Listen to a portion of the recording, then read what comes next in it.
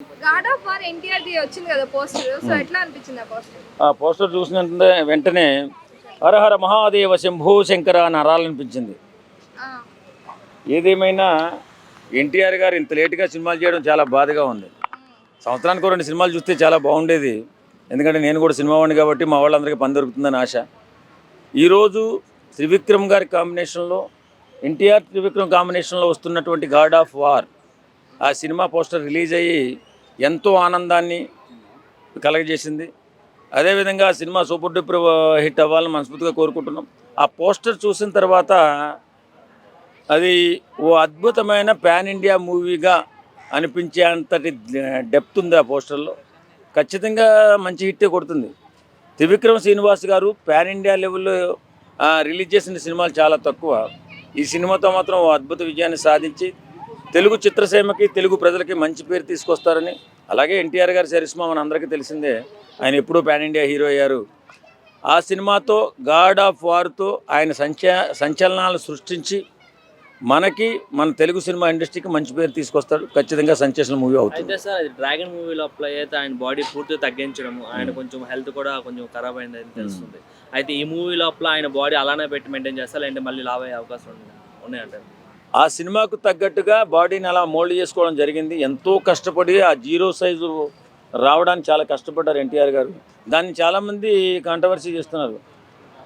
ఈ మధ్యకాలంలో మన కుర్రోళ్ళు రామ్ చరణ్ కానీ, ఎన్టీఆర్ కానీ, బన్నీ కానీ వాళ్ళు ఏంటంటే వాళ్ళని వాళ్ళు అద్భుతంగా మలుచుకుని సినిమాని, మన తెలుగు సినిమాని ప్రపంచ స్థాయికి తీసుకెళ్లారు. ఇది గర్వంగా చెప్పుకోవాలి మన అందరం కూడా. ఎందుకంటే సామాన్యం కాదు అంత కష్టపడడం. వాళ్ళు గోల్డ్ స్పూన్తో పుట్టినోళ్ళు. వాళ్ళు సామాన్యంగా మనమే చిన్న పొట్ట కరిగించాలంటే చాలా కష్టపడాల్సి వస్తుంది.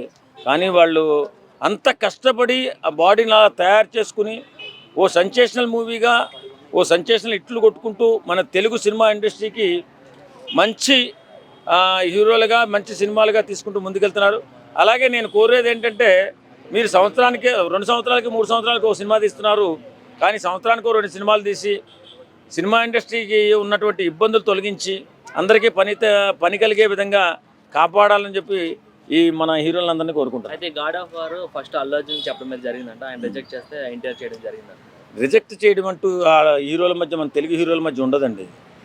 సమయం కుదరక నాకు లేనప్పుడు పక్కా మన ఎన్టీఆర్ గారికో లేదా రామ్ చరణ్ గారికో ఇవ్వండి అని చెప్పి రికమెండ్ చేస్తారు తప్ప, సినిమా ఒకరు రిజెక్ట్ చేసింది ఎవరు కూడా చేయరు.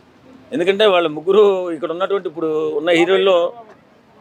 ఇప్పుడున్న హీరోల్లో వాళ్ళు చాలా పెద్ద స్థాయికి ఎదిగారు కాబట్టి రిజెక్ట్ అయిన ఈ సినిమాని చేయరు. ఈ సినిమా చాలా బాగుంది, నాకు సమయం కుదరలేదు, నువ్వు చేయి బ్రదర్ అని చెప్పి ఒకరినొకరు అన్నదమ్ముల్లో మాట్లాడుకుంటారు కాబట్టి ఆ విధంగా ఆయనకి ఆ సినిమా వెళ్ళి ఉంటుందేమో అనుకుంటున్నాను. ఈ సినిమాలో ఇప్పుడు ఎన్టీఆర్ కుమారస్వామి గెటప్లో కనబడతారని చెప్పేసి అంటున్నారు. నేను అలా అయితే అనుకుంటలేదు. ఒక శివుడితో సంబంధించినటువంటి సినిమా ఏమో అనిపిస్తుంది. ఒక శివపరమాత్మ తాలూకు ఏదన్నా సినిమా ఏమో అనిపిస్తుంది తప్ప ఆయన కుమారస్వామి వేషం అని చెప్పి నేను అనుకుంటలేదు.